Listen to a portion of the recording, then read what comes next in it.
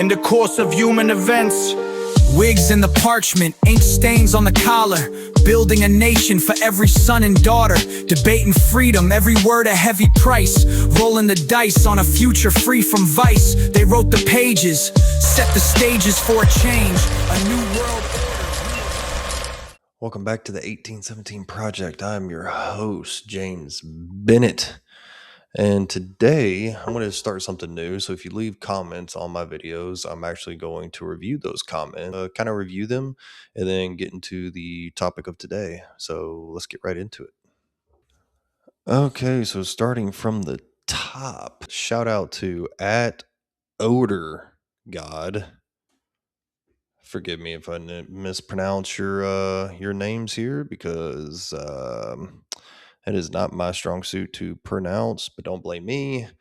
You implied that Trump wasn't found liable of rape when he was. Goes on to explain and kind of explain the evidence that was presented in the court at that point in time, and lies towards the end of my video that I did actually explain that yes, even though he wasn't technically at that point in time found guilty of rape, because at that point in time New York law didn't see rape as someone getting fingered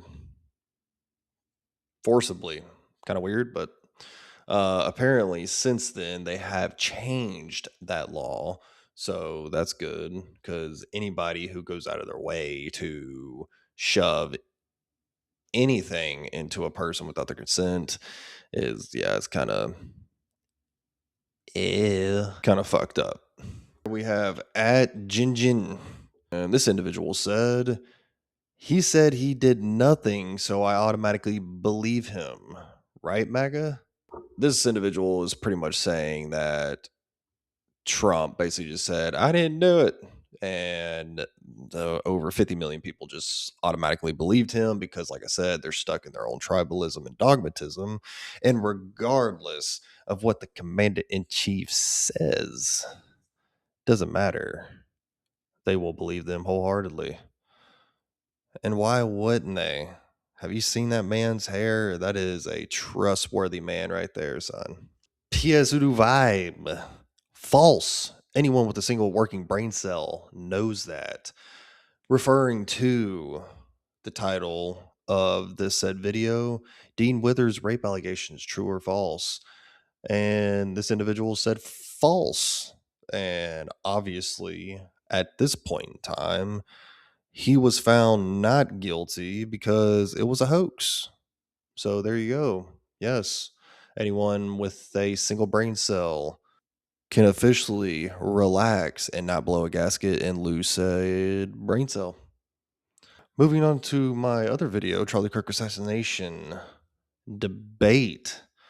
This is basically, in this video, if you have not seen it yet, basically I was just explaining how in today's society and this great post-apocalyptic nation of ours, baby, we can't have civil discussions anymore. We can't just have conversations. And the great debate was just for clicks and views and subscriptions. And we, in my opinion, learned nothing. It was very much a rant, talking over one another.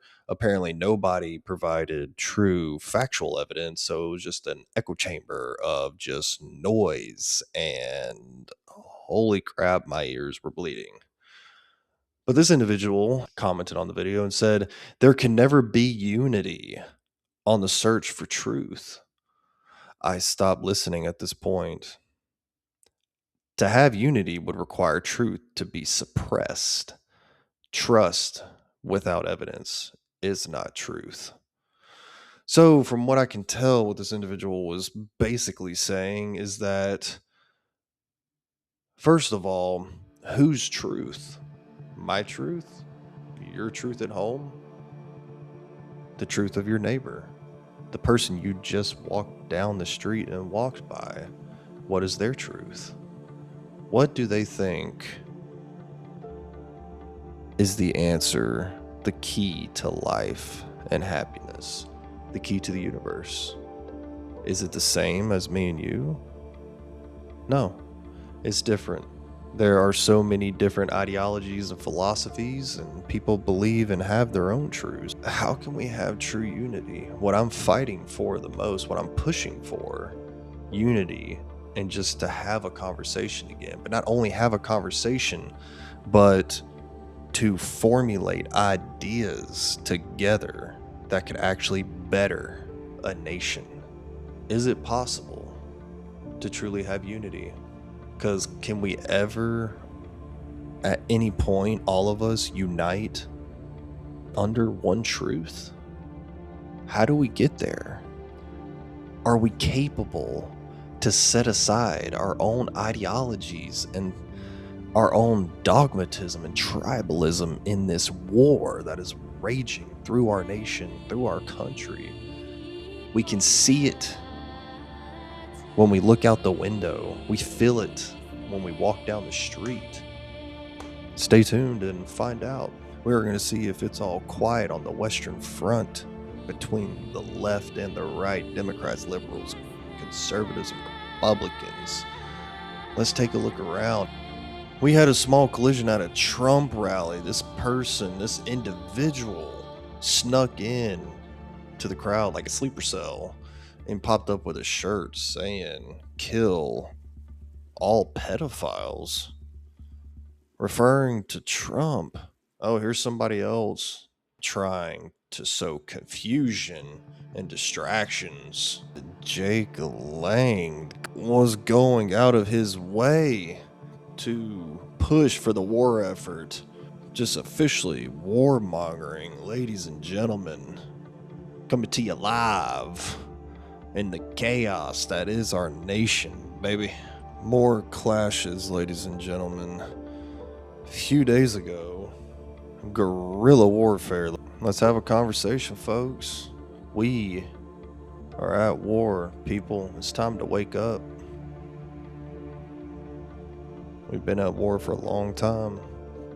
Let's see what the AI has to say about the scenario of a second civil war happening in our nation, which I truly believe we are heading in that direction, people.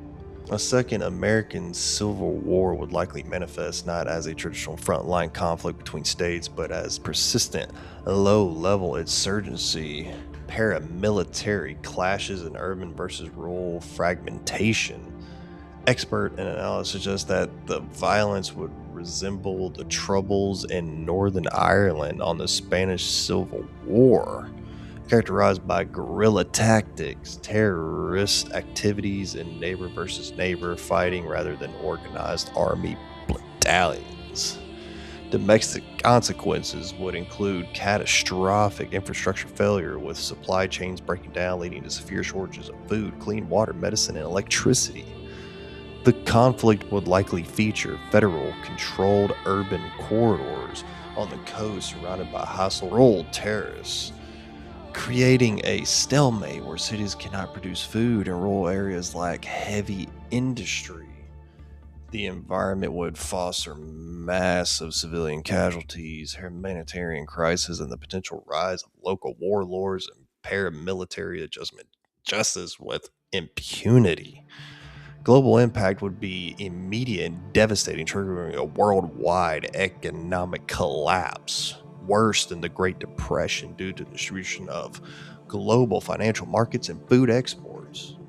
The absence of U.S. security guarantees could embolden adversaries like China and Russia to expand their influence, potentially leading to invasions of Taiwan or Ukraine and shift in the global power order. Additionally, neighboring countries like Mexico and Canada would face overwhelming refugee crisis and economic instability as millions flee the violence. Folks, you heard it here. I'm not holding my breath. If we can't find a way to unite, then we are doomed as a nation. If we can't have a civil conversation, me and you, why not? Let's start here. Let's me and you, this channel, start here. Why not? You don't know me? Practice. I'm a stranger, you're a stranger. We don't know each other. I would assume that most like-minded Americans want unity and peace? Is it possible? I think so. Why not? Why not give unity a chance? Why not give peace a chance? Why not take a step back and let's see if we can figure out a solution together and not apart? Let's see, ladies and gentlemen, true unity in the United States is widely considered achievable rather than uniformity or of opinion, with historical precedent showing cohesion during external crises like World War II and the aftermath of the September 11 attacks. Is this what it takes for us to come together side by side? It is a very horrific tragedy. Sadly, I think so. I think it takes a couple 100,000 Americans dying for us to wake up and say, man, maybe I should have been nicer to my neighbor. Man, someone attacked our nation? Let's unite now. Let's unite when there is bloodshed. We have to wait for a crisis in order to become unified. That is a sad realization. While the nation was founded on diverse identities and has never experienced total agreement on policy or facts, experts argue that unity is possible through shared commitment to foundational ideals like liberty and equality, even amidst deep political polarization. Barriers to unity currently include rampant disinformation on social media and a two-party system that incentivizes division. That's right, people. It's not just the right, it's not just the left. We both have to wake up and understand that the people in the Eiffel Towers, people on Capitol Hill, they don't care about us. All of the infighting and the noise, and you're wearing your flag, I'm wearing mine, you're on that side, I'm on this side. I'm going to fight you every step of the way. I'm going to fight you every step of the way. They're so busy fighting and clawing each other in the Capitol that they have no time to turn around and look at what's actually going on in the nation. And then we see what they're doing, and we fall into the same system. The same systematic system of oppression that is forcing us to hate each other and not focus on what matters, which is actually me and you. Our founding fathers made this nation for the people, by the people. But are we actually running this country? Are we in charge? Do we actually have influence? It's hard to hear one person standing alone, but a whole nation, a people coming together and using their voices to reach the White House, to reach the Capitol, and saying we have set aside our differences and this is how we believe our great nation should be ran. We need to take our opinions and our ideas and not just hold on to them, but express them, put them in a box and dump them on the Capitol and say, do you hear me? Can you hear me over the noise? Can you hear me over your own voice? Whereas others suggest that focusing on class politics or local community engagement could bring national divides. Potential paths forward. Let's see how AI can maybe help us out. I mean, maybe it's a healthy dose that we actually need. You know, so many times we get in the way. Maybe it's time for an AI system to come in and take over, to take away the humanity. It's a scary thought. Should we give AI that much power? Let's see what AI thinks, taking away the human aspect of it and looking at it logically without emotion. Restoring faith in institutions and returning to evidence-based debate. Implementing structural reforms such as term limits, lobbying bans, and media regulation. Ooh. Shout out to my conservative and Republican brothers in arms. That does not sound good for you. Media regulation? You don't want that. Freedom of speech, regardless of not if someone takes it and uses it to sow violence, but it's not the speaker's fault. He can control what people do with the information that he puts out. But should we have media restrictions? We have speech restrictions on certain things? I don't know. Maybe. You decide. Fostering face-to-face connections in local communities to humanize opposing viewpoints. To all my liberals and Democrats, brothers and sisters of mine, y'all are very good with holding group sessions and coming together in small communities and cliques. But is it possible for y'all to open your arms and open your doors to MAGA, to conservatives and Republicans? Can you actually invite these people in for a conversation and not a debate? To score political points, to use your own intelligence to insult or to one-up the person, an individual in front of you? Is that what matters? I don't know. Distinguishing between unity and uniformity, agreeing on everything, coexisting despite differences. Can we coexist? Can we coexist? Are we truly the United States of America? Is it a farce? Are we united? Have we ever been united? I've done my research. I have I gained some of my confidence and motivation from one individual. The only point in time in U.S. history, historically documented, that people were able to actually unify under one banner, so to speak, was James Monroe, our 5th president of the United States from 1817 to 1824. Also known as the era of good feelings. What does James Monroe have to say? What would James Monroe say about today's politics? Based on his first inaugural address, 1817, and 7th annual message, 1823, his perspective would likely center on the preservation of liberty, the importance of an educated citizenry, and the integrity of national sovereignty.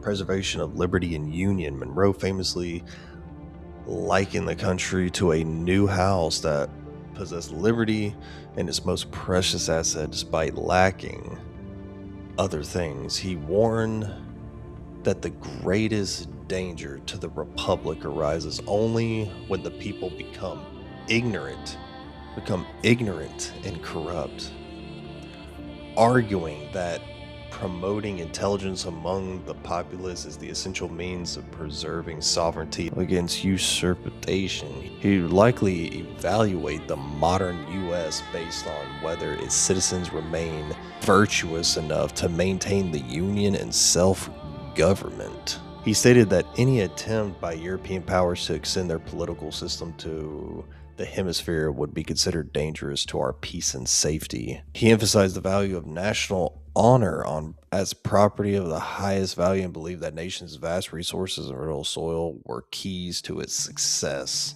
He would likely assess the modern nation's adherence to the wise and constitutional measures. He advocated to sustain such unprecedented expansion and prosperity. If he was here today, he would believe that our nation would truly fall and the flag would come crashing down if its people remained ignorant and corrupt. Well, there's a lot of corruption, folks. And there's a lot of ignorant people who refuse to listen, who refuse to have a conversation with the other side, to see if maybe there's something that they're missing, something that they're overlooking, something that maybe they're just missing or not understanding. And he also believed that a strong nation, a strong, powerful union, a people would remain strong and superior if they lean towards increasing their IQ, their intelligence, their fact-finding, the evidence, the truth, to have the hunger to learn more about this great nation of ours. And there you have it, folks. Will we fall? Will we allow this nation to come crashing down and stand idly by while we continue to fight amongst each other and not see through the smoke? Because when you're in the field, when you're out there on the front lines and you see someone across from you through the haze and you raise up to strike, then you realize once the smoke clears, it's like a mirror. You see yourself. You see someone across from you that is the same species as you, that is on the same planet as you. You two are about to strike each other, then around you, in the background, the world is slowly falling apart, because that is what they want you to do, is focus the anger and the hate on one another and not pointing it towards the people on the hill, in the Capitol, in their rooms where they sleep. Is it too late? Are we too far gone? This is the 1817 Project, here to try to bring as much information as possible. This pre-post apocalyptic nation, the USA. See you soon.